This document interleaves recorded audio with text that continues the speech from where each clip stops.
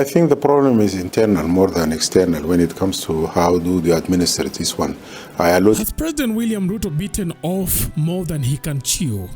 Just days after rolling out the red carpet for Sudan's Rapid Support Forces RSF in Nairobi, Kenya, against the express wishes of the Sudanese government, Khartoum is fuming and the political fallout is looking increasingly ominous.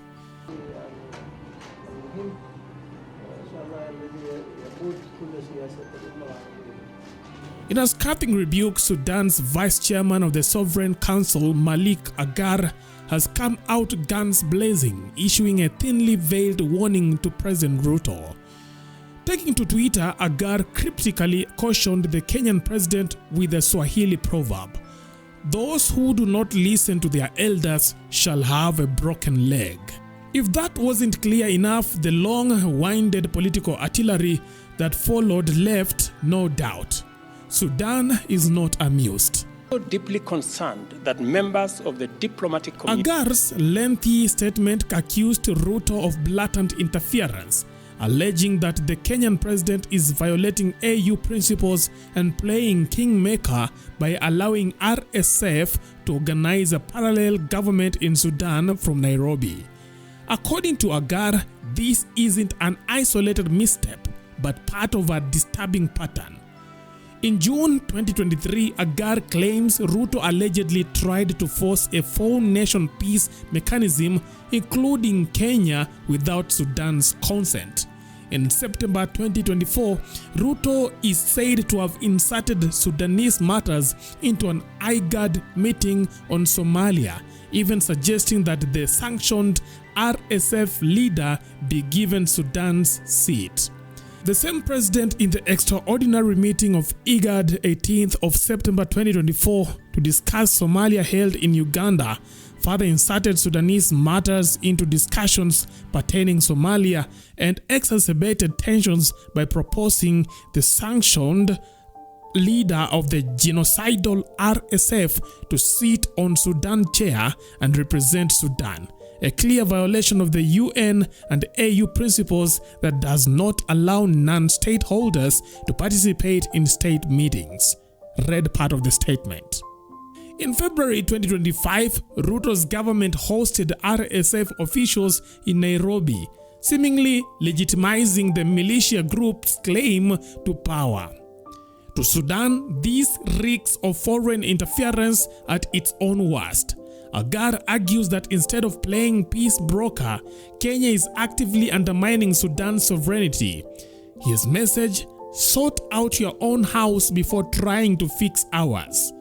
Generate into a security and humanitarian crisis on a disastrous scale.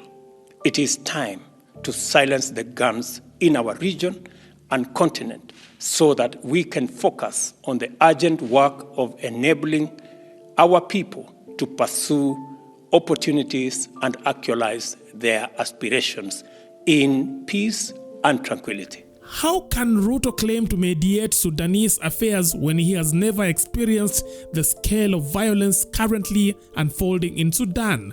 Agar asked in his statement. His parting shot: if Kenya thinks it can handle or meddle in Sudan's affair without consequences, it is sorely mistaken. Predictably, Nairobi is not backing down. Foreign Affairs Cabinet Secretary Musalia Mudavadi has rushed to defend Kenya's stance, painting it as a noble pursuit of peace. This is not the first time groups in Sudan have sought solutions in a neighboring country. Kenya is merely providing a neutral platform for dialogue, Mudavadi argued in a statement. Translation: we are just the middleman, don't shoot the messenger. And principles of international humanitarian law is clearly emerging, and this situation is evolving into a threat to regional and international peace and security. Yet whispers within government corridors suggest that not everyone in President Ruto's inner circle is comfortable with this diplomatic gamble. Some top officials are warning of serious repercussions, with Sudan now openly hinting at retaliatory measures. issues in Sudan. Look at what you're having at KICC today. One group is at KICC parading themselves, and you are insensitive to the issues that we are supposed to be the arbiters of two people who are fighting on the African continent. When we are talking about Congo, the reality, my brother Cherargei, is that we have a region which is affected by illegal mineral mining, by countries that are feeling incredibly insecure. You have Western powers who have an interest in managing what is happening in Congo. And the reality is we just laugh at it.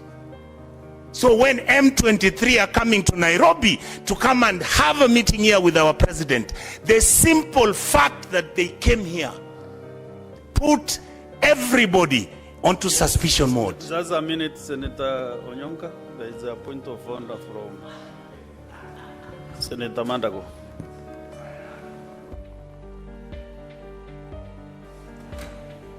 Honorable Speaker, I've heard Senator Onyonga say M23 are coming to Nairobi. I don't know whether it's confusing. I said when they came. I said when they came. I know you don't. When they came, M23 came to Nairobi, met our president, they launched themselves here. What did you expect President Kagame to do? What did you expect him to do? When information is coming out that all these groups are meeting around Nairobi and we are not careful. There is a point of order still from... I was just wondering whether from Senator Mandago. The operations of Parliament have changed. Can Senator Onyonga provide evidence that M23 indeed came to Nairobi, met the president and launched themselves here? I think it's a dangerous statement to be allowed to go on record without evidence. Substantiate. What question are you asking substantiate me? That? Mr. My Chair Health, what I said was this. Anytime when you have these groups that are fighting in the East African region, and one of them appears to be Nairobi, what it happens is it creates a destabilization which sometimes is imaginary, and yet the expectation is just like South Sudan. When the earlier group, or when the first group that was against the government came to Nairobi and they met. Nyonka, let me give you some direction. Yes. Since there is that point of order which you have not, we have not cleared, that it needs an evidence to show that M23 came to Kenya, met the president and launched themselves. What I said, if you don't have that evidence, when are you ready to provide the evidence? Mr. Speaker, what I said is that the M23 made contact, and indeed the president of Kenya's responsibility was for him to start negotiating with them and the Rwandese government. What I am saying is those discussions as they started. Did you say that they came to Nairobi? I said yes. And met the president? Yeah.